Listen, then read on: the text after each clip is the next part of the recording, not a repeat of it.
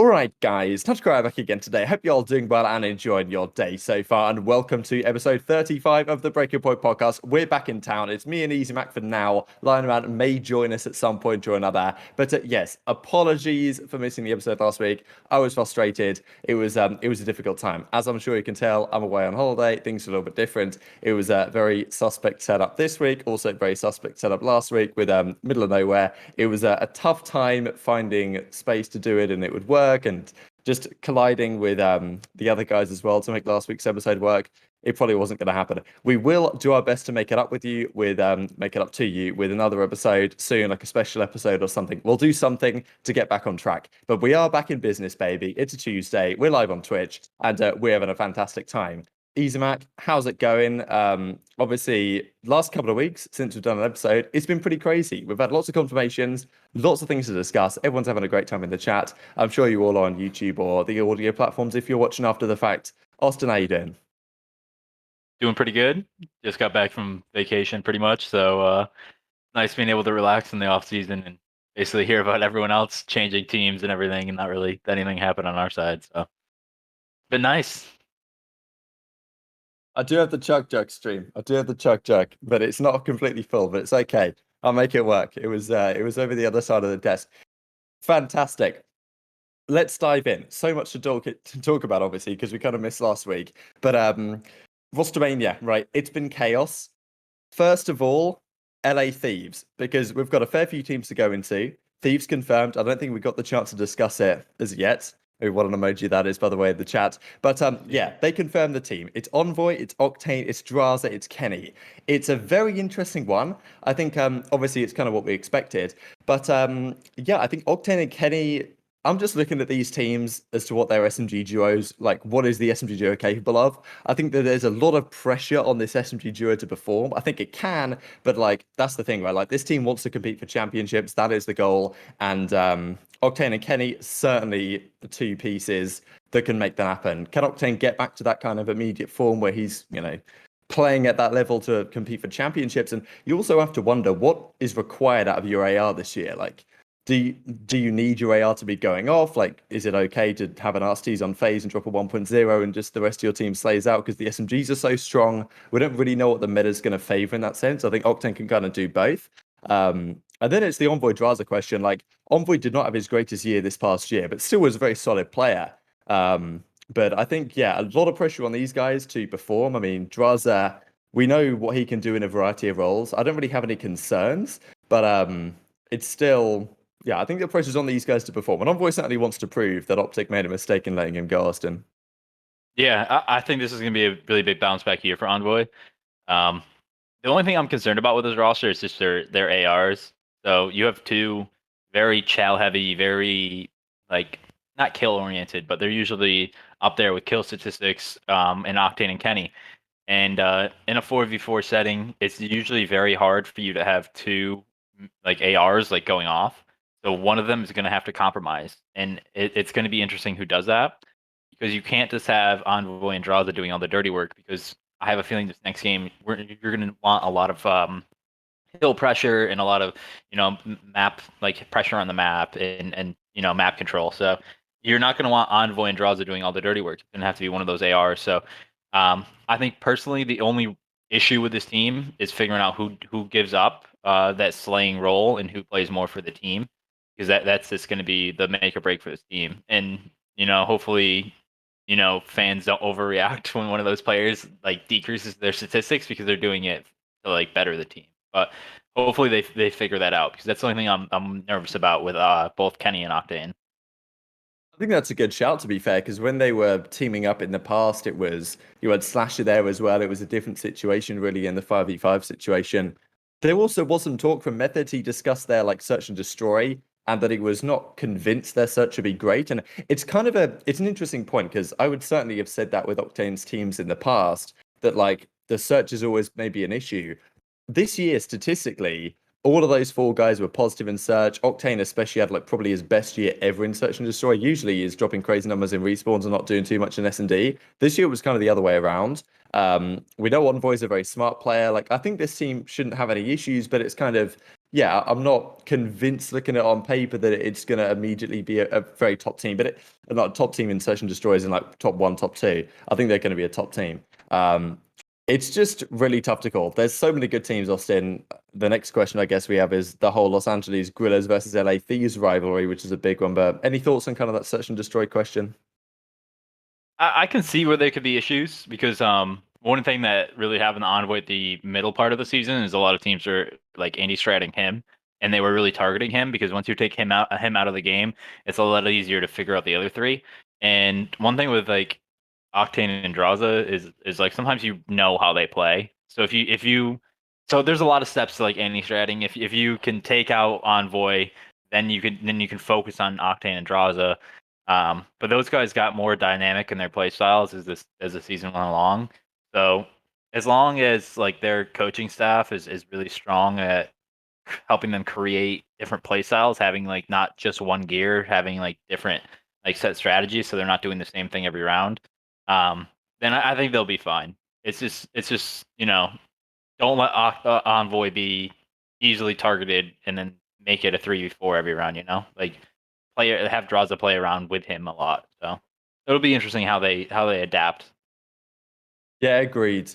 And yeah, I mean the next part, LAG, LA Thieves. I love this rivalry. Finally, like it was actually kind of interesting this year, just because Los Angeles Guerrillas, despite technically on paper being the worst team, always got the better of them. I think it was like a 3-0 record they held against LA Thieves this season. I'm pretty sure Thieves didn't even beat them, which might be, I don't know if that's fully true, but I just remember there was plenty of times that LAG took down LA Thieves at majors, especially when they weren't expected to. But this year, the Battle of LA is actually, in theory, way more interesting because there's the whole, there's the Slasher versus his former team thing. There's the whole, Hook versus his former team, but there's also Slasher versus Octane. There's so many great angles here. Slasher v Kenny as well. Of course, they've been a duo for a couple of years now. So on one side, you've got Envoy, Octane, Draza, and Kenny. On the other side, you've got Slasher, Hook, Gunless, and Asim, of course. And it's tough to say who's better, honestly, on paper. Like, I have a soft spot for Slasher as a player anyway, just because I think he's class. So, but I don't know what I think about the Los Angeles Guerrillas team because it's very much up in the air.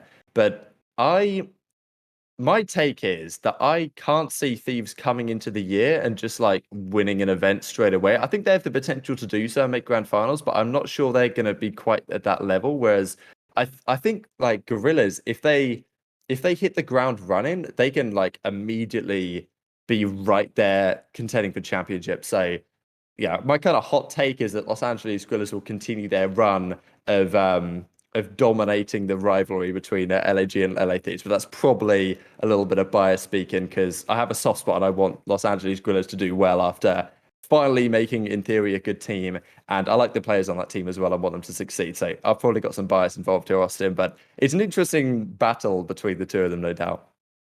Yeah. So I agree with you. I think Gorillas is the better team, like on paper right now. If you were to make a power rankings for the beginning of the year, just because the way those players like get ready for a season and like Gunless is one of the craziest grinders. Asim is one of the craziest grinders. Slasher has been trying to play tens for some say for 20 years now. He keeps tweeting about it. So like I know those guys are going to be like really really good at the beginning of the season. It's just about one. I'm worried about just like Austin butting heads with somebody. Like it's because it's happened a couple times.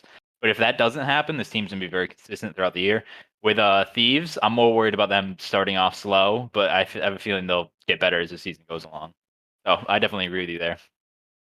It's exciting, no doubt. And of course, one of the other kind of rivalries that we have right now is it seems like the players generally get on relatively well, but lots of talk about this whole Envoy versus OpTic situation that went down a couple of weeks ago now. Just we would have obviously talked about it in the last episode. We discussed why it didn't quite happen. But anyway, Envoy versus like he came on the flank and was talking after the announcement of Los Angeles Thieves about some of the issues that were being had last year on OpTic. And it's like it's the same old story. You can't make this stuff up. Every single year it seems like we're talking about this. And there's only so many common denominators that you can really dive into. But anyway, Envoy was kind of talking about like, look, once again, players not necessarily turning up on time. He admits himself he didn't necessarily put in as much effort as he could have done, but only really coming into custom games to figure out where to put some trophies, not really doing too much VOD review of respawns that they played in their own scrims. I think they kind of clarified that they'd watched VODs of like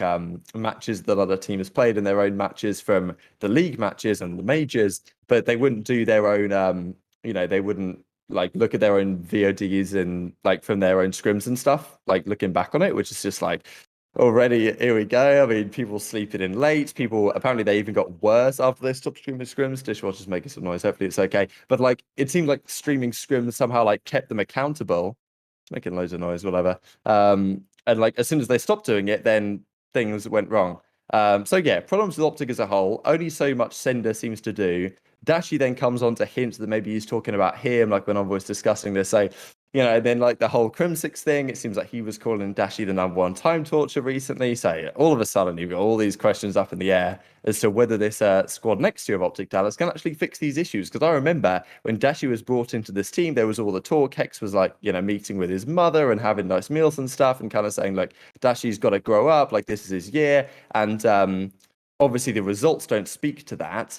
And, questions are lying over these players' heads, right? And it's certainly quite interesting because this OpTic Dallas team, on paper at least, of course, no announcements yet, has all the talent in the world. But with questions like this, what Envoy's saying, like he needs to get back to actually playing at on a team that actually wants to grind and wants to win, really. Because you talked about this, Austin, many times through the year. Like OpTic have to ask themselves the question, do they want to win? Hearing this stuff, it doesn't really seem like they did. Yeah, so I listened to like that whole segment he did, and I was just like, this is pretty bad. It pretty much confirms like everything like everyone's been worried about. So if you ever listen to any like the OpTic podcasts when like Formal and Scump and Crimsix at the time when they talked about when they were like the Dynasty team, they didn't really practice as much. They just relied more on like their gun skill. And when they started getting bad, it was because other teams were just catching up to them, right? So it was pretty much like the same old story this year, apparently. So they tried relying more on their gun skill and being hot on that given day. And as we've kind of talked about actually on this podcast a bunch of times, like this format wasn't favoring that play style. Like this format favors teams that come in more prepared because you only play one time, per day, pretty much one or two times per weekend. So it doesn't favor teams that are relying on catching fire, right? So uh, I was very, very concerned when he said he doesn't watch practice VOD. I was just like, how do you know what works and what doesn't work? Like, what if you tried something different in practice or something like glaring issue in practice happened?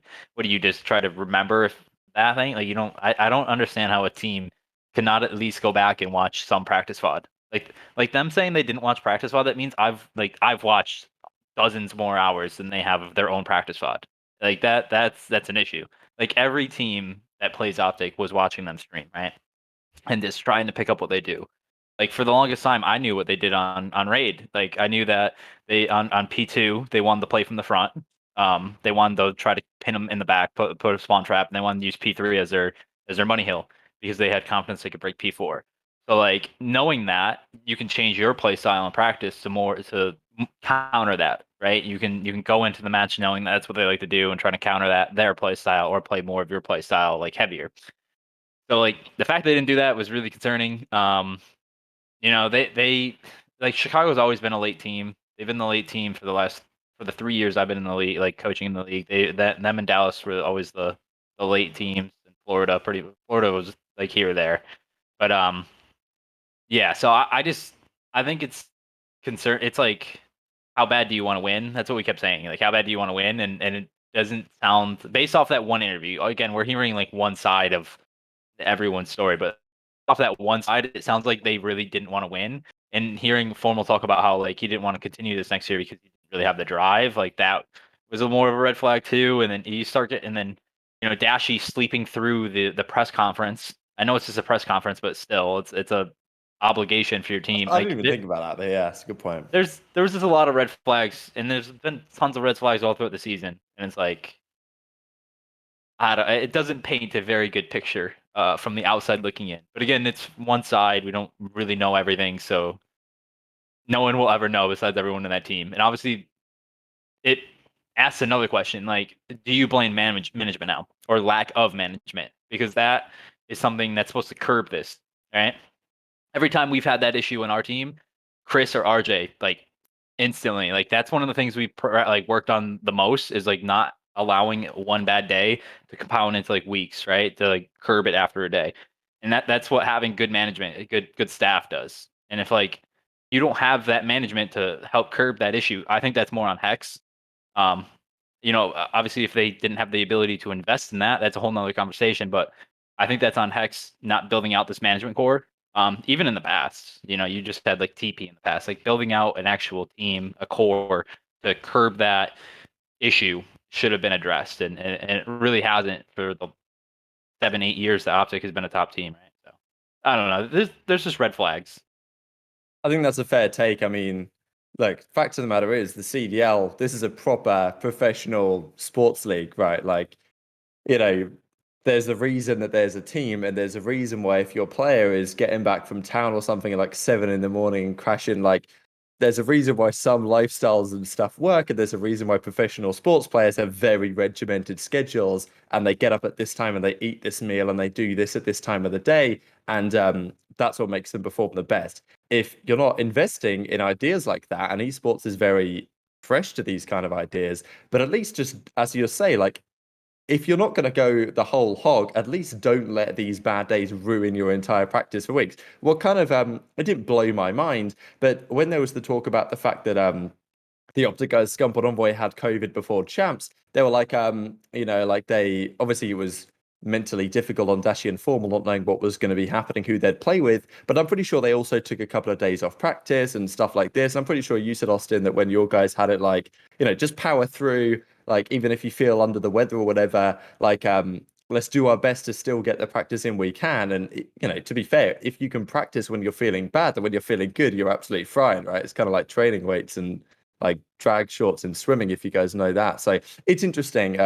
But yeah, I think you're not wrong in terms of like it's time to grow up maybe in multiple respects in terms of this is the league we live in. If you actually want to win, there's probably more to it than just one coach, Sender, just trying to do his best with all the pieces on the table and the massive egos and people not turning up on time and like trying to do VOD, but also do the analytics. It's like, I'm sure Sender's head was absolute chaos. So, either more thoughts on that, Austin, or of course, the last Yeah. question I had on this topic was like, can Rambo help fix these issues? But So that's I'll a touch on challenge. both of those then. So one, like, that's why I always said like throughout the season, I felt really, really bad for Troy because I personally think Troy is a good coach just because I watched obviously a lot of their streams and I would listen to how Troy would speak to them.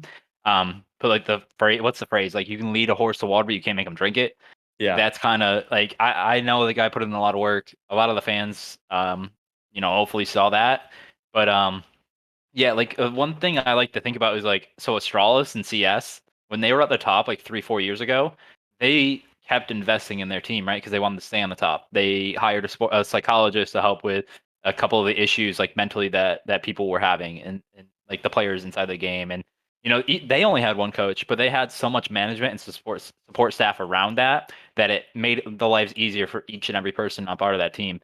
So, like it's not a science. Like no one knows what the best support staff is or coaching staff. So it might only be one coach and then have good management around them. But like the problem is like we haven't really seen progress on that side for that team, and there's so much pressure on that team to succeed, and there's so much pressure on those players that hopefully like you need people around them to make their lives easier. You can't. I don't know.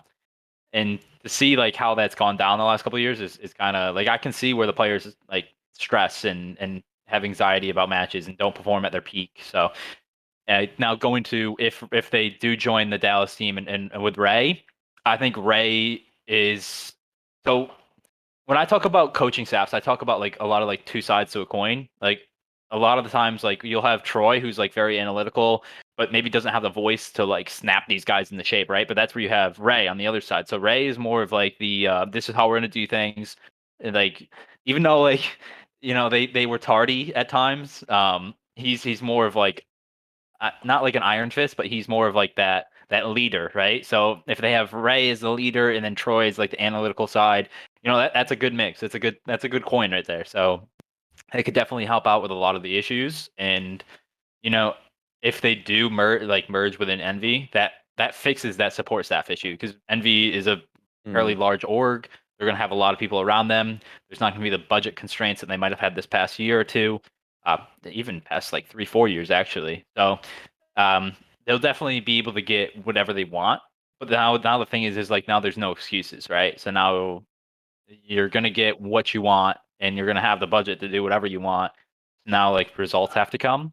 So that might put a lot of pressure on them. I don't really know, but we'll just have to wait and see like how these players react because they've had pressure on them before. So I'm not too worried about that. Yeah, I think that's fair enough. It's crazy to think about what this team, just the pressure of these players compared to how things actually go is just kind of remarkable. But that's the thing, especially this year. Like this is, this is if it goes through the ultimate merger super team attempt.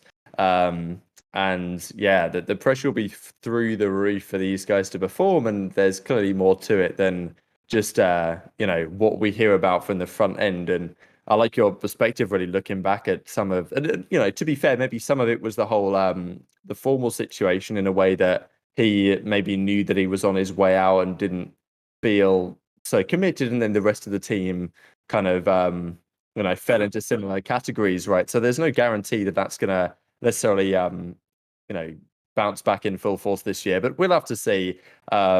Lots to discuss on that, I'm sure, going forwards. Let's talk about two teams that have retained their rosters.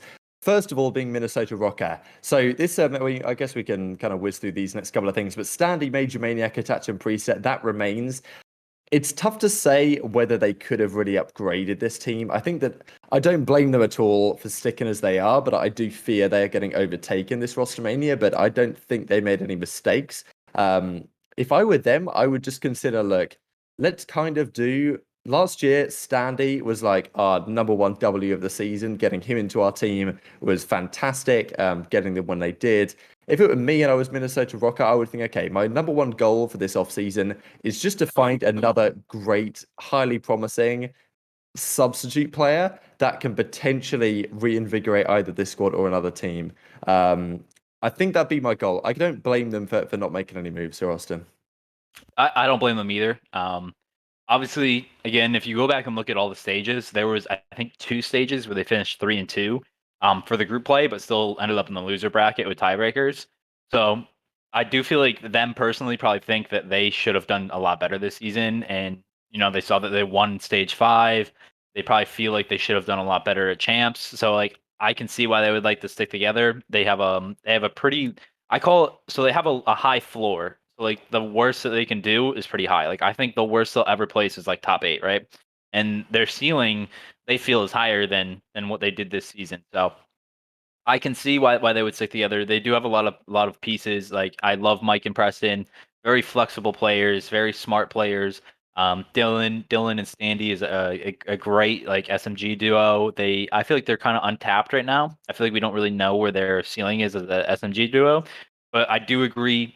Pretty much every team should be doing what you just said, like scoping out the best talent and locking them down early. I know it sounds counterintuitive for a lot of these teams, but like that's what we did with Sib.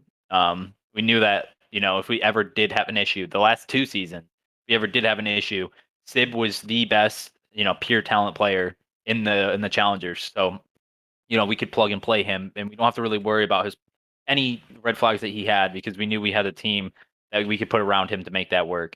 So I feel like for Minnesota, maybe they look at like a flex player that can play both roles because I don't really see a clear issue on the roster. So just get somebody that's very flexible because those flexible players are going to be like worth gold during the middle of the season when people are trying to trade for them. So I think every team in the entire league should be looking like what is a possible issue that we could have in the future, right? and try to address that issue with your substitute spot.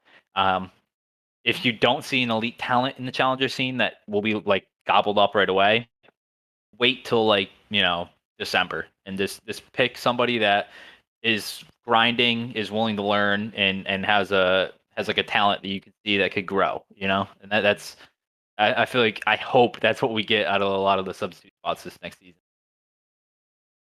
Yeah, I think that's fair. And also, like, Toronto probably in a similar boat. Because am I correct in saying that ROKKR, like, they hadn't, I don't know if they'd even signed Standy as a sub. Did they just pick him straight up in the amateur scene? Or, like, do people, I'm Yeah. pretty sure that was the case, right? Yeah. So, like, they're probably thinking we can leave this and just see what's happening. Because I agree, like, at the start of the year, players start to show more promise and others don't. And players like Mohawk, for example, who are like, yeah, really, really good last title. Like, is he starting off hot this year? And the game comes out pretty early, like right at the start of November. So got a fair bit of time to figure out what's going to be going on.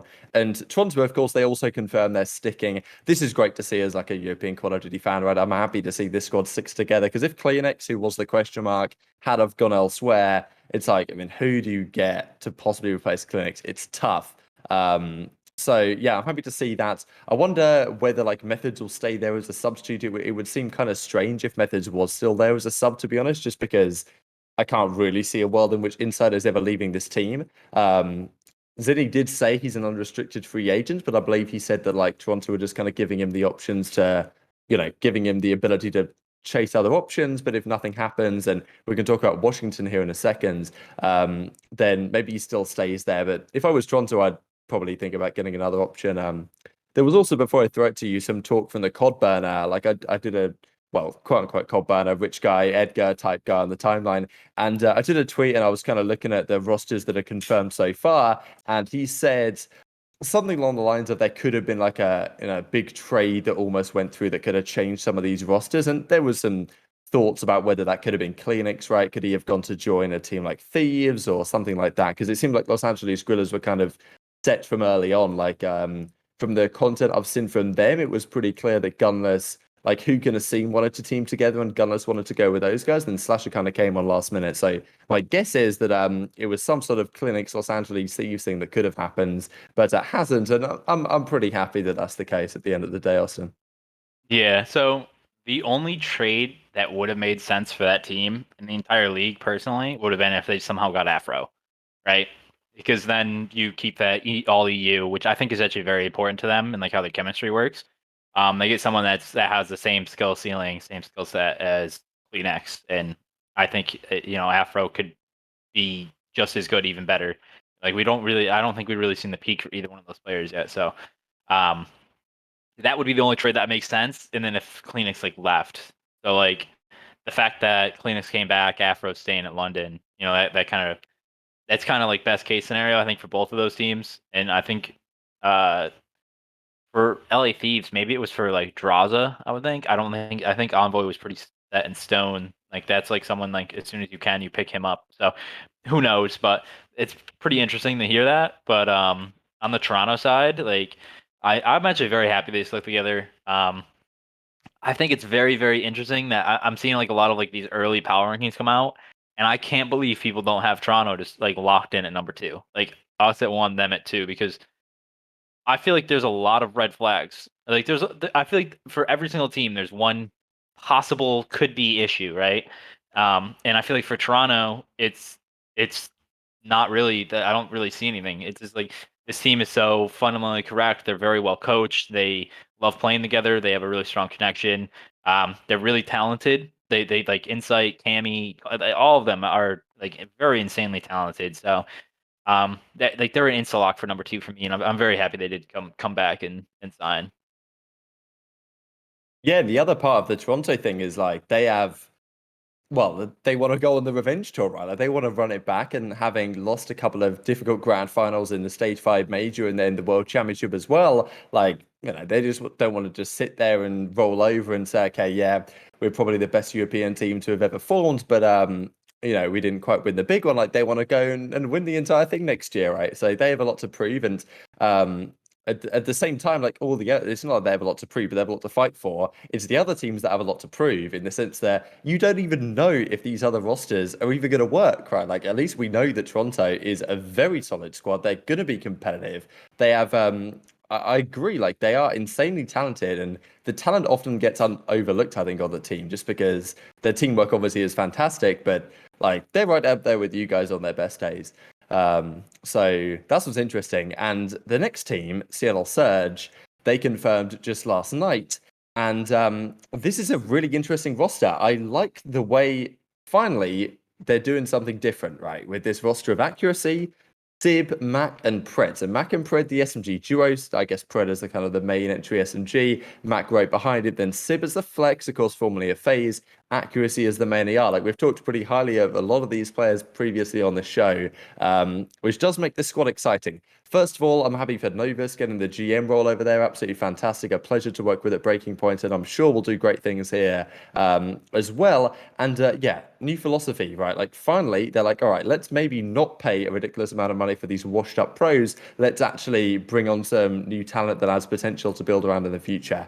Now, whether this is the squad I see this team having at the end of the year, I'm not necessarily convinced, but I think that there is certainly some pieces here to be built around, and I really like the direction they're taking. At the same time, it's a bit of a risk, right? You've got accuracy. You know that he's not going to do crazy numbers. He's going to win you a few game fives by dropping 12 kills. He's going to win you a few nice clutches. He's probably going to be a great role model and mentor and leader for these younger guys, but he's not going to drop a 1.3. So you kind of need like an almost phase-esque situation where like, accuracy doesn't have to do too much and the rest of the guys are slaying out of control, which I'm pretty confident that Pred can manage that.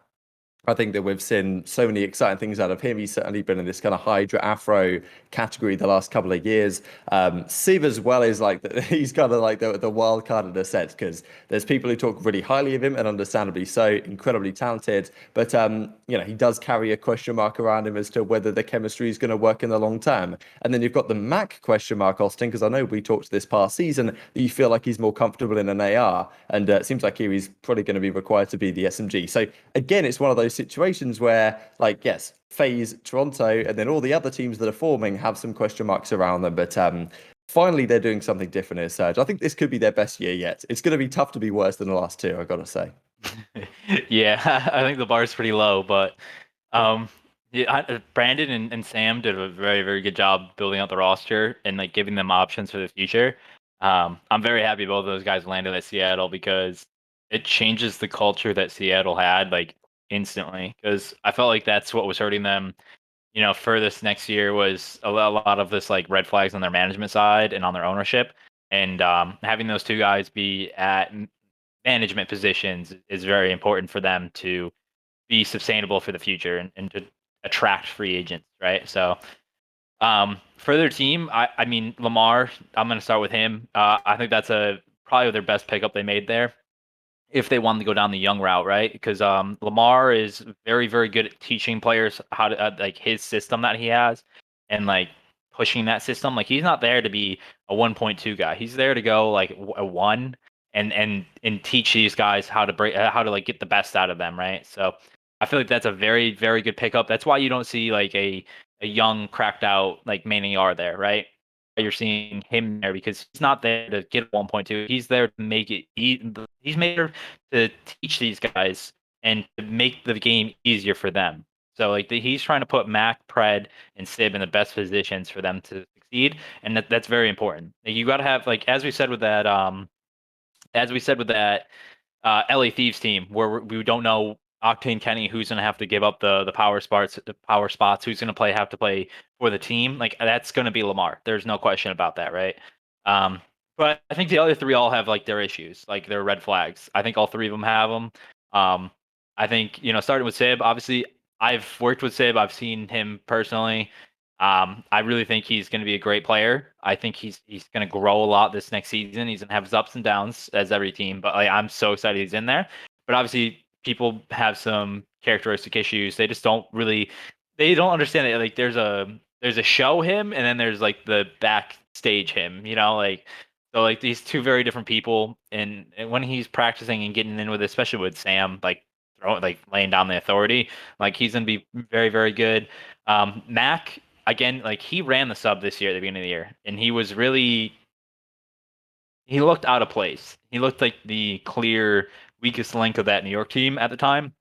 And then when he switched onto the flex, he looked very comfortable. He looked very like he could put up a lot of big numbers. So I don't love like I know he was an SMG in Modern Warfare, but that was a 5v5 game where you pretty much had three SMGs and the SMGs all played differently. Like he wasn't the cracked out like entry SMG. He was a slower paced SMG, more methodical. So I don't know. Maybe we'll have an issue there. Maybe they'll switch him and Sib around at times to see how that works. But because I know Sib can run any gun too, so maybe they'll see that happening if they ever have hiccups. But then and then finally Pred, like I feel like Pred's very individually talented. It's just how his game translates, and I think he hasn't faced the highest of competition in APOC. So like coming over here, there's gonna be like a little bit of a culture shock like within the game. Like he's gonna get countered. He's gonna get anti-stratted for the first time probably ever, and he's gonna have to learn to be adaptable. It's not like as we see with like Chicago. It's not all about raw gun skill. It's about how you are like how well you are prepared, how flexible you are, how you can adapt in the middle of the game. So he might have some bumps in the road, but like his individual talent's pretty high, as like the other three young guys here. So I do see like the high ceiling of this team, right? So maybe they're like one piece away. Maybe they'll make a switch. You never know. Maybe they'll have to change roles a couple times, but I definitely see the high ceiling in this team.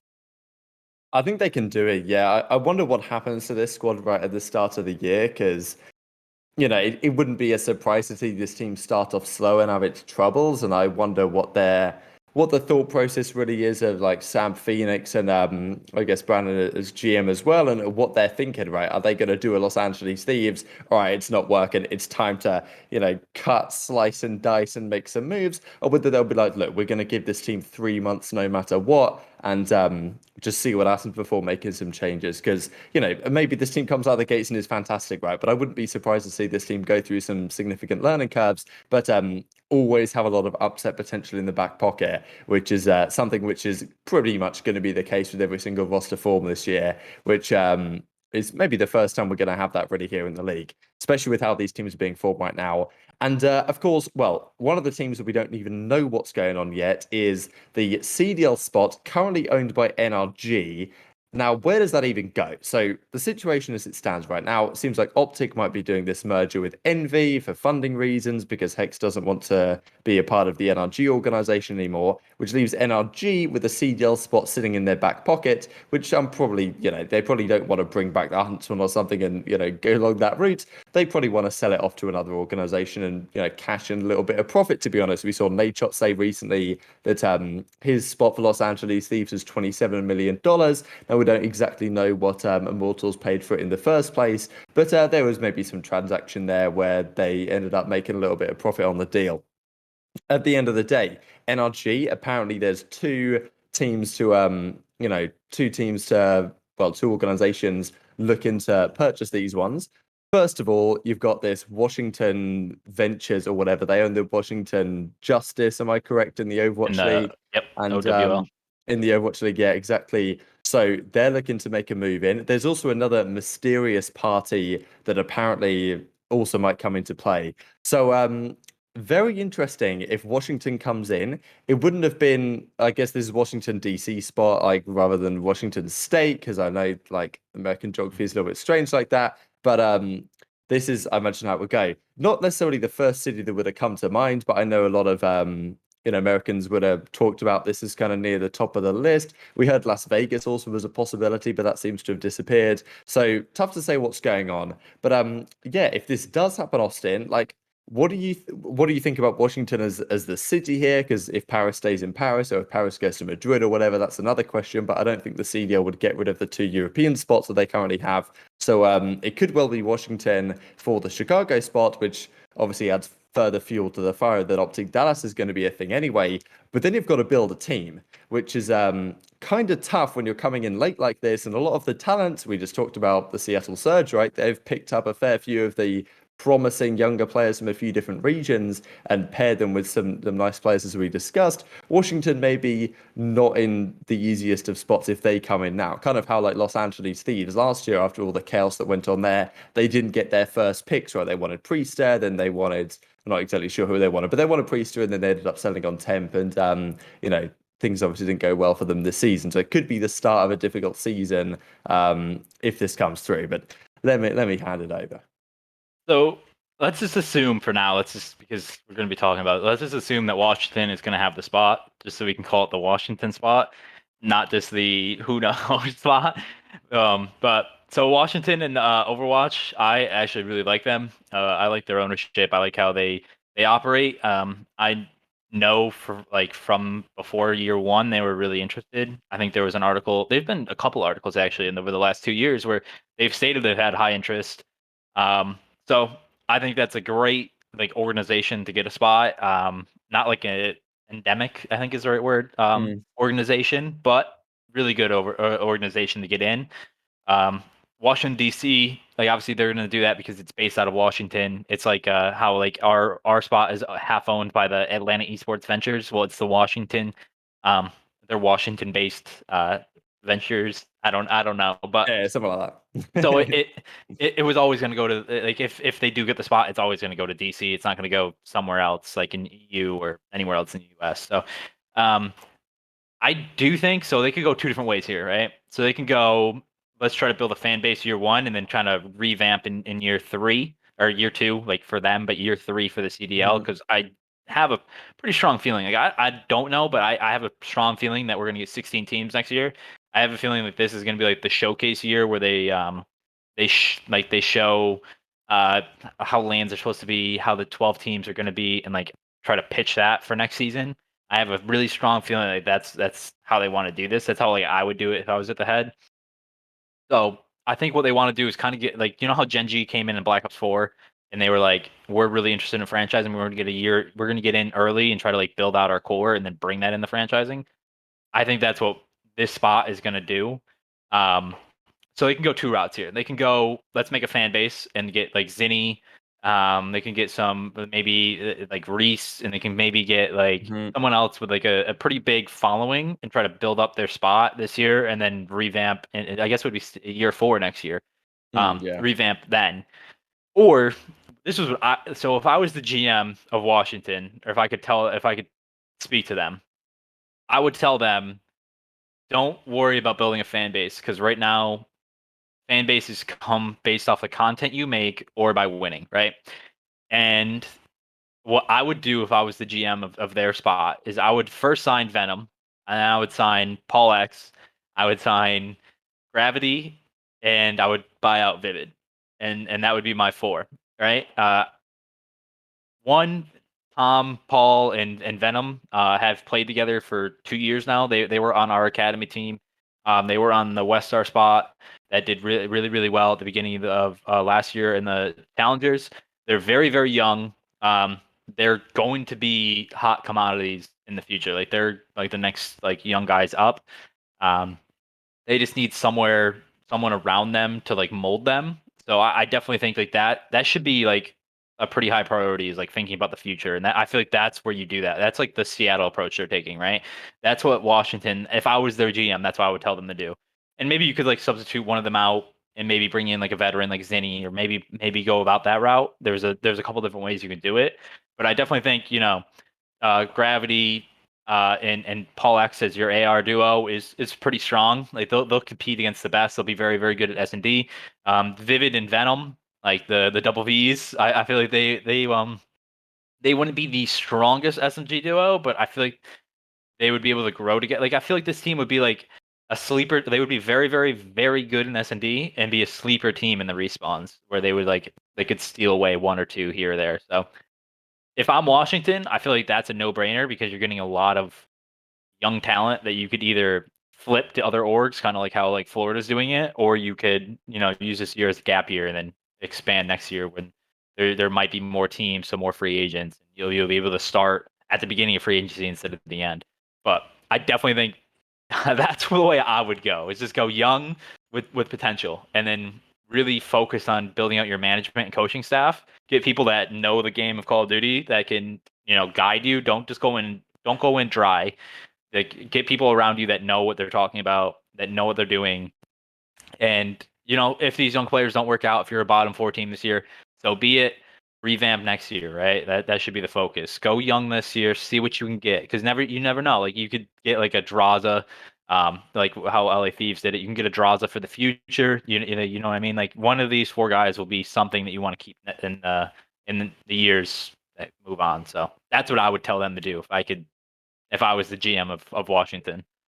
I agree with that. I think you're pretty close to the money. I mean, I would sign Vivid without a shadow of a doubt if I can get him. I think that he's got to be one of the hottest free agents left on the market right now. I think, like as you're saying, in terms of trying to build a fan base, I think the Methodz would be. I would have a hard time turning down Methodz if he wants to compete, which of course he does, and wants to be there because his stream is blowing up. This guy's absolutely like as soon as he retires, he's going to be massive. On streaming side, very entertaining. Like all the collaborations with the top streamers and with Zoom has been great for him and been great for the entertainment of the COD scene anyway. I think that Washington Zinni's kind of a no-brainer. But the rest of the guys you mentioned, I think also make a lot of sense. Kind of see what Methodz is thinking, what he wants to do, like what players does he think are solid that he's played with from the challenger scene, but definitely put Vivid there, and I think the rest of the guys you mentioned, Paulex, Venom, I think like I loved watching that guy play when he was on Los Angeles Thieves. He was so, I don't, he was so energetic, willingness to win. Didn't necessarily perform in the league as he did in challenges, but I think that this might be a good opportunity to give himself another opportunity. And I don't know what's going on with Paris or what's going on with that spot at all, really. But I hope, at least, with what's been happening the last couple of years, with especially with Hydra coming out and Afro and these type of guys, with any luck, making some sort of move to actually stay European focused, whether they want to try and build a French team or whether Heretics swoop in and take the spot to Madrid and build a Spanish team, because they could definitely build a very good Spanish team with like an entire sub bench of talent. So I think that Washington probably will have free reign for kind of the pick of the bunch, best of the rest, kind of like how Paris tried to do last year with their team of Aqua, scrapped and wasn't temp at the start, but like it was classic and it was a bit of a mess. And 540, of course, the legend. So yeah, it's players like that I think Washington should give a go. But any final thoughts, Austin, before we finally move on from roster stuff? It's been it's been a lot to discuss.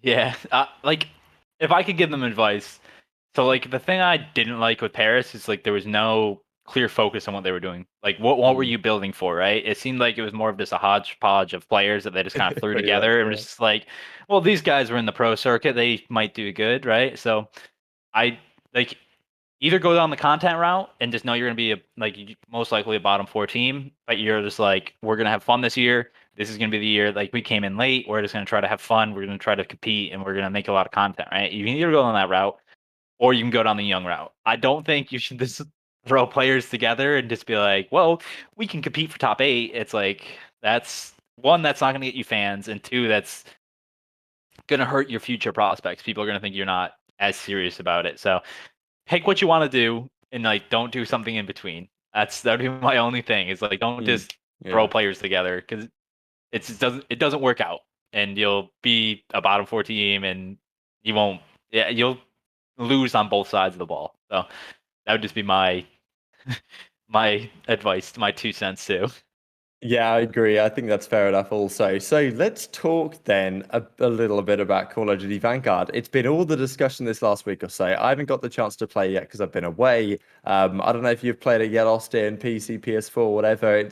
There's been a lot of I've obviously watched a fair bit of it, and there's been mixed reviews, let's just say, on fairly different things. Kind of like a bit of a discussion that I thought would be interesting to have is around auto tactical sprint, as it will be returning for in this game.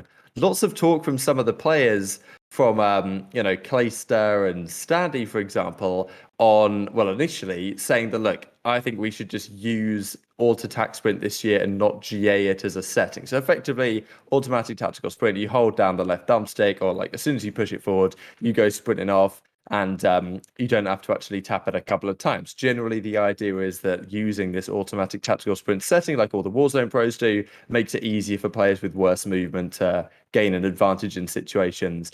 Now, at the same time, there is the other side of the coin, which, like, well, it kind of ruins your thumbs and your controllers. And there's a guy like Sensor and, Apathy was liking his tweets, and Clayster and Stanley saying that maybe this year, let's just use it. But other players like Civilian, Slashy on the other side of the coin saying, like, I want to keep the status quo as it was in Modern Warfare and Cold War. So big question mark here. Like, it seems like pros are kind of split down the middle. I wonder what'll happen. I know the pros love a good GA, so it might happen. But Clayster always talks about ignoring the GAs, and sometimes it happens, sometimes it doesn't. So tough to say whether it will go through. I'll probably be using it personally because, I can't be bothered with breaking these controllers.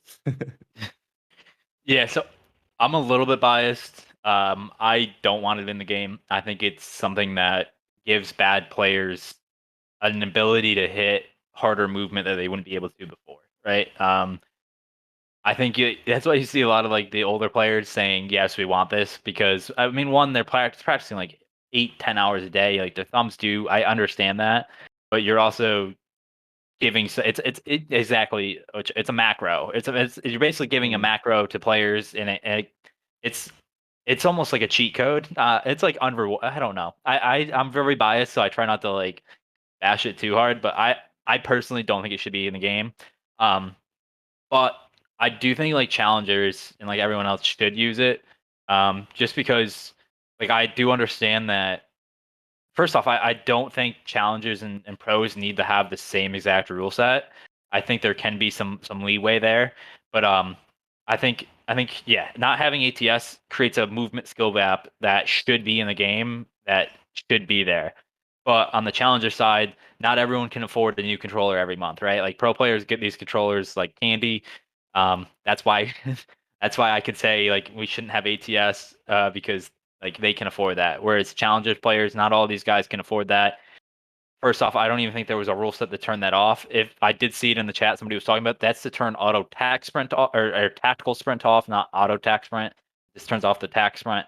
Um, I think in the past, I think in Modern Warfare, we did have the ability to turn it off in the servers that we were using. So that's how like or maybe it was this year. I don't really know. I might be wrong on that whole thing, but yeah, I do think to wrap this up, I think ATS should not be used in the pro circuit, but I think in the challenger scene, you should be able to use it if that makes sense. It's also one of those things where all the discussion was in Modern Warfare when things went online. It was like, well, how do we even police this, right? It's not really something that is possible to do in online COD when you can have your suspicions that a player's using it, but you can kind of tell, but maybe they're just cracked, right? Like it's kind of impossible to say for certainty whether someone's got this setting on or not without actually looking at their settings, which is something you can do if they're playing on LAN and okay, the referees go through and just check that everything's in order before the game is starting. But even then, it's a GA, right? Like it's not something the referees are going to check. And in the challenger scene, played largely online, it's impossible to police. So I think that you're right in that sense of like you can't realistically GA it in challenges because I mean we're still hoping that there's not actual cheaters arriving in challenges. Not necessarily someone just using this setting that maybe is GA'd but makes some difference, certainly makes a difference, but nothing absolutely incredible. So I agree with your take. I'm not sure what the pros should do. I'm just going to let them decide. It'll be content, regardless, to be honest. The next thing, I mean, we have a fair bit to discuss. I've been going for 50 odd minutes and I don't want to go to bed too late, but we'll see. The next thing I wanted to discuss was Patrol, what the third game mode is going to be, because I don't know. The pros are very much up in the air right now. Control, like this is gonna get confusing. We've got control, we've got patrol. I guess I'll try and pronounce it quite phonetically to make sure we know the difference. But control apparently is returning in the game files. So at least that's a nice, like, solid third game mode backup. We don't have to worry that we're going to play domination, at least, like, with any luck. It seems like Sledgehammer on the ball. Next year, different question mark, but we'll see. So capture the flag, we don't know if that'll be viable. I think that with 16 6v6 maps, there should be some that work, but it's by no means guaranteed. And then we've got Patrol, which is this new game mode where you've got a hard point effectively, but a really small hard point that simply roams around the map. I'm guessing in a predictable pattern that is like, consistent and is maybe changeable, right? If they decide, all right, the pro set should actually go this way, not the way it's currently going. That could be possible. My concern is that the spawns must be absolute chaos. But maybe it could work in 4v4. It's I don't know. Some pros have played it, and I think Envoy was kind of like, well, maybe they want us to play this. And then Scump was like, yeah, it's not happening. It's super trolly. Like, there's no way I'm just gonna sit in this hard point and it's like moving around the map. It's so strange. So yeah, I don't think it's gonna be played. I think it's just gonna be control. But I don't know, maybe Sledgehammer, because these developers, they love it, right? They bring in a new game mode. They're like, let's give it a go. It's kind of, what was it called in Cold War, Austin? They stupid game mode, like, there was maybe in the alpha or the beta, there was some There's one every year. But there was some yeah, hostage that you had to bring to some drop zone and the helicopter would take him away. I don't know if you know what I'm talking about, but I someone in the remember chat that. might Yeah. know. It was like at the start of, VIP escort, that's it, VIP escort. And it was like a heist in Black Ops 4, I was right as well. But VIP And escort was it. remember Search and And Rescue? yeah, exactly. And Stuff like that. They want us to play these game modes, and we're just like, the pros are probably sitting there like, please just give me hardpoint search and like CTF control or something. It's good on them for trying these new things. I don't know if they want us to play patrol anyway, but I personally don't see it happening. But who knows? so I saw it. So the thing is that pro players we do test a ton of different game modes at the beginning of the year. Like in Modern Warfare, we tested out. I think it was headquarters. We tested out Mm, CTF. We've tested out Dom. Like there was a bunch of tests for a bunch of stuff. At the end of the day, it depends heavily on the maps. And it depends heavily on the spawns, right? We've talked mm, about it a bunch for the CTF. Like you need spawns to be able to like CTF. If the spawns aren't like off to the side where you have to think, do I rotate back or do I overextend? Instant can't have it. It's just not going to work. All right. And if you don't have that decision making process, CTF's not going to be good. It's going to be really boring. Don't want it, right? Domination, until they figure out a way to make it so when the game is statistically like over, like they automatically end it, it's not going to be fun. Like because no one wants to watch 3 minutes of domination when the game's already over. It's not fun. Um, what else is there? Personally, I liked Heist. I liked the premise around it, where it was a economic S&D kind of. I wish they could make like economics work in some kind of game mode, but the third game mode pretty much always has to be a respawn. The way Call of Duty works is like you usually want like fast with the hard point, slow, fast, and then slow to end it. So I do understand why they would probably want to respawn there. Um, so that leaves like I wish we kind of demolition would be fun or sabotage. Sabotage would be fun. Uh, this patrol mode, not it. I just don't. The spawns are never going to be to have a consistent respawn. You want readable spawns. Like you want to know when I get these kills, they're going to spawn here, and you're never going to get that in patrol. yeah. You're just never going to get it. So uh yeah, not demo. I was thinking Sabo, but yeah, so it leaves in a very, very interesting spot. I mean, you're 100% going to have hard point in S&D.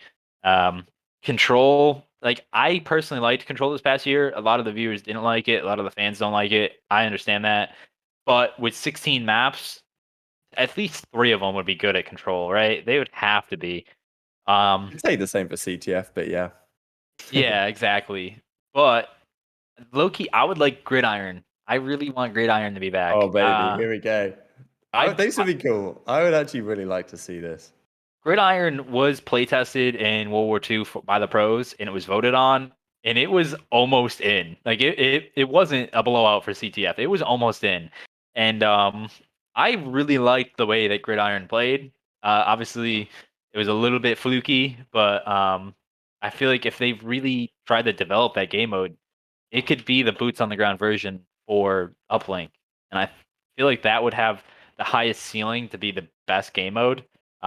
But I don't even know if it's in the game files or if it's in the game, so I guess we'll have to wait and see. That's such a cool shout though. Like, imagine. It would be good to see. I want to see the pros give it a go because Patrol Just try it. Just try it. evidently is not going to be. Yeah, I mean, I agree with your take. Like, who knows? I guess if the Patrol zone moves from here to the position it's in one frame later, the spawns could be different. Like the spawns are probably the same for this zone, for this like few meters the Patrol zone moves, and then as soon as it goes into the next zone, the spawns change, which means like it's impossible to say when the spawns are going to change. So start dribble into the goal. It's kind of that'd be so cool, man. I loved it so much back in Black Ops 3. Like I think I talked about this before, to be honest. But when I was kind of like playing competitively a bit that summer of like the end of Black Ops 3, I would just go into private games on like evac and fringe and just practice the one pointers. Like on fringe, for example, the one you pick up the ball, you jump onto the kind of the brick building on the left hand side, you can chuck it over the barn. That was like I got that one nailed down. That was an easy one, to be fair. The one over Grandma's was harder. But like all this, it was so much fun. Gridiron, I don't obviously it's not going to be wall running and jumping and exosuits and stuff like this. And maybe the one pointers aren't so exotic, but there's still potential for it to work, I think. And as you say, there's 16 maps. Like all you need to find is 3 maps that work for a particular game mode, and if those 3 maps work better for this game mode than any other combo of 3 maps work for any other game mode that isn't hardpoint or search, then I guess let's just give it a go. There's time for the pros to figure this stuff out. Hopefully, in the playtesting they've done, they've maybe had these discussions. Any final thoughts, Austin? I'll just end with, I guess when I saw the reveal trailer, I was very pessimistic. I was really like, Mm. wow, this looks horrible. Um, this seems like way too much shit just like shoved in for no reason. Like that's one thing I hate with Call of Duty is like they have a feeling where they're just like we have to make something new and interesting, and they just start throwing as much as they can at a wall and see what sticks.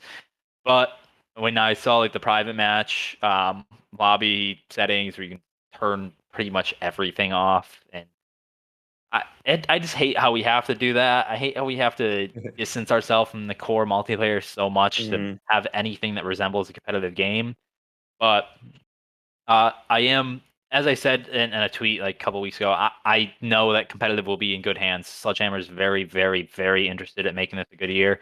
Um, competitive will be fine. It just sucks that like part of the fun back in the day was grinding multiplayer and like playing, having tons of hours of multiplayer, having tons of hours in a league play. Nowadays, like multiplayer sucks, and like no one's gonna want to play that. And it's like, well, we better we better pray we get a good ranked mode, you know? So yeah, that's just sucks where we're at. Like if multiplayer sucks and ranked mode is delayed, there needs to be like a third, like an ESEA, a Face It. There needs to be somewhere Mhm. where we could play a competitive based mode like for fun on the side. So there just has to be a way. Like that's how you pretty much solve that. I agree. That's the thing that there's 2 very interesting sides to the discussion on like the differences between the casual and the competitive scene, because on one hand you want it to be basically the same so that there's the easy transition for casual players into competitive. On the other hand, you could say that part of the reason I got into competitive initially was because I like the idea that if I play ranked play, some of this stuff is bad. I don't have to deal with claymores, don't have to deal with UAVs. Like I'm playing a better version of the game, and that might attract public match players that don't really like multiplayer anymore to actually start enjoying it again once they play competitive. Because I think Major Maniac did a tweet to the effect of once you play a game competitively, like it's kind of never no going back. Like regular normal public matches just don't hit right after you play competitive, which is true to some degree. But if pubs are good, then they're still fun. And Gunless was kind of saying last night that he in theory, it's nice that we have these options to disable like destructible environments and stuff like this and see what that might mean for competitive, which is good. But you know what the pros are like, they'll probably just try and disable absolutely everything to make the game as vanilla as possible, which makes sense, like eliminate the randomness. But just having that option means that it's going to be very different anyway from what regular players are playing. And even Gunners was saying, like, I don't even know if I could play regular multiplayer just because it's going to be so different that I'm not even playing the same game with so many different things. Like, with the walls are not even there. Like, can I even practice playing regular pub? So There's unfortunately so many questions. I don't think there's been many players that have played an awful lot of public matches the last several years, to be honest. I did hear a lot of people saying that this is the most fun they've had in pubs in quite a long time here in Vanguard, but fact of the matter is it's going to be very different to what you're playing in league play or competitive whenever league play arrives. So hopefully Sledgehammer on the ball, you know, I'm sure it's going to be a good year regardless, but ranked play is just these people who are maybe not going to enjoy public matches and are getting tired of regular multiplayer, as a lot of people are. I don't want them to go and play Warzone. I want them to go and play ranked play and get into competitive multiplayer. And that is the key, I think, to tapping into to growing the scene to some degree. I don't know what you think, Austin. Yeah, it just like knowing Sledgehammer in the past 2 games that they were predominantly like the head studio, like ranked came really quick. And as I said, like they're very, very interested in having like being competitively based. So I if we just didn't have all this extra stuff, the game would be so much better. Like I just don't like the mounting and like the Yeah. constructible environments are cool, but like make it only a couple spots on the map. Like they want everything. Like I feel like we're moving away from the arcade shooter and more into like this more of like the battlefield side, and that's been happening like over the course of the last 7 years. So it's just really disappointing. But I hope one day we do get back to the arcade shooter, Black Ops 3 style maps where there's none of the extra crap. It's just run and gun, because that's where Call of Duty was at its best, and that's where we need to get back to eventually. Agreed. So, those watching on Twitch right now, leave some questions in the chat as we go to the final thing I wanted to discuss, which was some rumors that came out from Los Angeles Thieves confirmed their team, and then Enable kind of came out and says he's been hearing rumors that they're going to do some sort of Lan League next year.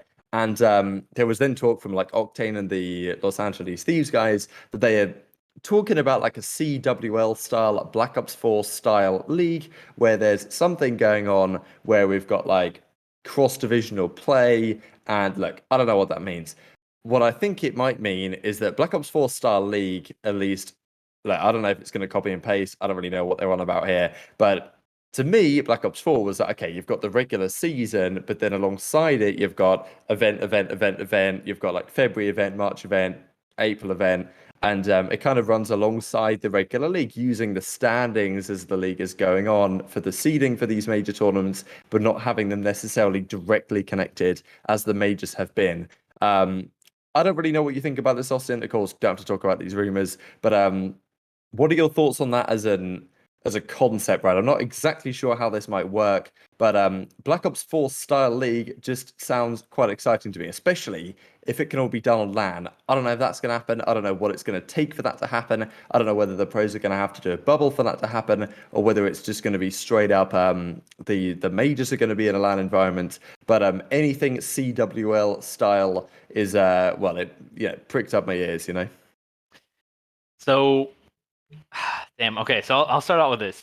The Black Ops 4 season, like the way that was scheduled and ran, was probably the best circuit we've ever had that I can remember. It wasn't like maybe we could have thrown like a couple more tournaments in towards like the summer area, but the Black like it had everything that the fans love and that the teams need. A lot of people forget that like league matches are actually very much needed for teams to practice on maps in a serious environment and to develop strategies. So having league matches at the beginning of the year is actually very important. I know it sucks at the end of the year, but historically league matches actually do very, very good on viewership side on the beginning because it's a lot of odd for newer fans to watch. A lot of people are interested in that. It's at the end of the year is where it gets draining, right? So that's why you saw in stage 1 and 2 there was a lot of viewership actually in the league matches, but in stage 4 and 5 people are just like, these are boring, right? So we the Black Ops 4 season we can't recreate right now because we don't have 16 teams. Yeah. And that's what I wish we had. Like I hope next year it's copy and paste of that if we get 16 teams. Right now with 12, I hope what they mean by that is for like a month we have all 12 teams in one location. They play league matches, right? And then you have tournament. And the league matches, you get like CDL points that help basically give you a seed for the tournaments. I hope what they do for the tournaments is they have 8 teams in the round one, and then they have 4 teams with a bye, so no one starts in losers. And with that, um, the teams that lose and go down the losers bracket, and the teams in the second round that lose and go down to the losers bracket, they're on the same playing field. So you don't really get anything by getting that bye. You just play one less game. And I hope that's what they do. So then you don't have anyone starting in losers. So then you could do like you can play 11 league matches over a month, right? Or maybe 22. That's what I really hope. I hope they do 22 Yeah. over a month for each team, and you just get a ton of content. And then that seeding is for like 3 or 4 tournaments in a row, right? So then there's the league matches for a month, and then the next 3 months is all tournaments. So that's where I hope they go. I hope that's what they mean by CDL. So yeah, I don't know. It's very, no matter what you do with 12 teams, there's always going to be a negative. Yeah. So yeah, You it's can't it's very always tough. win, you know. It's just And how they it's can't, gonna be. yeah, and they can't do this each. So like the 5 stages this year, if they wanted to recreate that schedule, you can't have that all on land because then you're basically in one. First off, the cost of that would be enormous to have all the players in one location for 6 weeks and then have 1 week off and then go back to somewhere for 6 weeks. Yeah, It would just be yeah, enormous. It's way too much money. Um, So in the league and the orgs actually save a lot of money, and it still is really competitive online for those league matches. As much as people don't want to believe that, it's the same thing at the end of the day. It's a little bit of a disadvantage as long as the majors are on land. I feel like that's what you're gonna want. You don't want 6 weeks in one location, 1 week at home. 6 weeks at one location, 1 week at home. Like it's just not. That's not how it's gonna work. So it's very interesting how they will schedule this for 12 teams. I hope we see again league matches at the beginning, no league matches at the end, only tournament. As long as we have that, we're in a good year. I hope they have one tournament in December. Really kick off. They do like league matches in January and February. A lot of tournaments in March, April, May.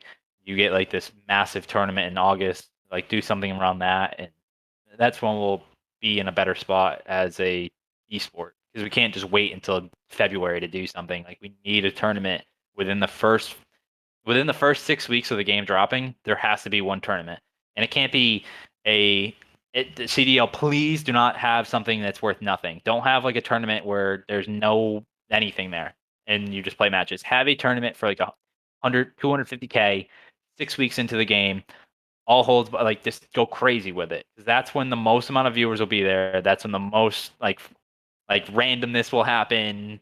It'll just be a really fun tournament to watch, and that's what we need to kick off our esport. Agreed. It'll build up the storylines better, get people into rank play. Like there's just so much that could be done. And well, that goes into a couple of questions, I guess. I mean, this one I did think was interesting. Like, obviously, I'm sure we're both pretty bullish on the CDL in general, probably biased to some degree. But Emma says, though, where do you see the CDL in 5 years' time? I would love to have the CDL in environment, kind of like you're discussing, Austin, where they've got it figured out. They've got tournaments as soon as the game comes out. It's league matches early on. There's a lot of content, but not too much content that it gets oversaturated. There's a World Cup at the end of the year. They've got a consistent year-on-year cycle where you kind of know what's going to happen each title. Maybe they're tweaking things, but they're getting the system down so we kind of know pretty much when the tournaments are going to be what year, but they're just in different cities and locations around the world. The other question is, what does the CDL look like in terms of number of teams? Is it by that time some situation where there's like, how many teams do you have? Is it in Japan? Do we have a Japanese team? Is everything still focused in the States? Probably is, probably should be. But do we have a European league, for example? Is there a North American and European league? Is there going to be a team in Australia? Like, these are the questions that I would like to see answered. Of course, they will be answered at some point. But if I had to make a really optimistic appraisal, I'd probably have a 20-team league. I don't think I'd want to go more than 20, especially in a single environment. Like, it'd be absolute chaos. Unless you wanted to kind of do like a US and then rest of the world type Yeah, okay, league. that's where I'm gonna go with. And maybe that could work. You could have like a 16-team US and then Mm, like a 12-team rest of the world. That'd be pretty cool. I don't know if we're yeah. getting there in 5 years, though, Austin. That's how I was literally, you stole it right from me. I don't know if it's gonna happen within 5 years, but I want 32 teams. I want 16 NA, 32, baby. Whoo. and I want 16 Yeah. world teams where it's like eight Mm, EU, two APOC, one Japanese, one Middle Eastern, like like all over the place. Brazilian. Um, Hmm. and then the 8 teams, the top 8 teams from each do like a worlds tournament of 16, right? So you keep the 16 on everything, so you can have that CWL style bracket where you have the 4-4-4-4 groups, Hmm. GSL style. I don't want round robin, GSL style, and then that Yeah. leads into a double in bracket, right? So that is the way for the future, and I think the CDL forgot what made Call of Duty so cool is it's a traveling circus. You want it to be Mm, as close to like an F1 style, where it's like yeah. you go to city to city, not a NFL style, right? So in the future, what I really, really, really hope is that we get 32 teams. Sounds like a fuck ton. But in reality, what it's going to be is like you get like a Japanese team. I want only Japanese players on it. I don't want NA players on it. And then when you get an APOC team, only APOC players. And then you start getting you have your NA circuit, you have your NA grassroots like challengers, then you have the world circuit, and I really think that is the future for the CDL because you copy some of the makes League of Legends special, and then you mix it with what CDL like the Call of Duty is, and what makes us special, and then you kind of merge that together. So the problem is like building that out right and finding the right partners. They're definitely out there. There's so many out there, right? The price tag might scare some off, but in reality, is like you don't like, you spam that out, you show them like the positives of what this could be, and you go from there. But yeah, so realistically, if you have 32 teams, you have an NA and EU tournament at the beginning, say like in December, imagine that, and then in January you have a Worlds type tournament where you go 8 from each, the top 8 from NA, top 8 from Worlds, and then you keep doing that. So those are the stages. So you do like 3 stages like that. So that's what 3 tournaments, 3 times 3, not so it's 9 big tournaments across the world within 6 months, and then you can do like a 32 team bracket um, at the end of the year, and then you can do like a World Cup, and then I think that would push the Call of Duty into the stratosphere for like esports and like dream world. If I could snap my fingers, that's what I would literally have tomorrow.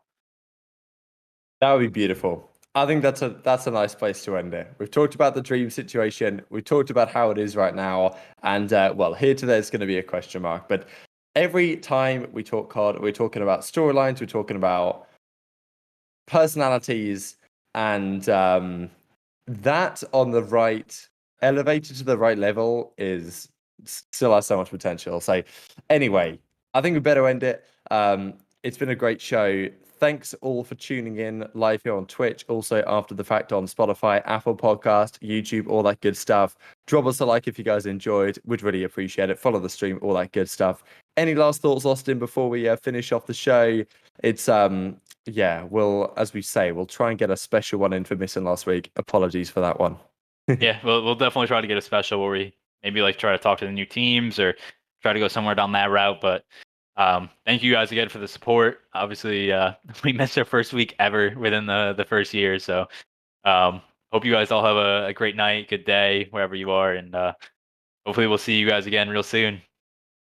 Absolutely. Well, anyway, we got to like 34 weeks in a row, so that's the challenge. Let's break the record and keep going from now on. We'll try and get Lionman back as well when we can, and maybe time zones could help us on that front. I don't know, because at some point we're going to get clocks going back and going forwards, and it's going to be a bit of chaos. And Lion, it could be better for him, could be worse for him. I don't even know, but we'll have to see.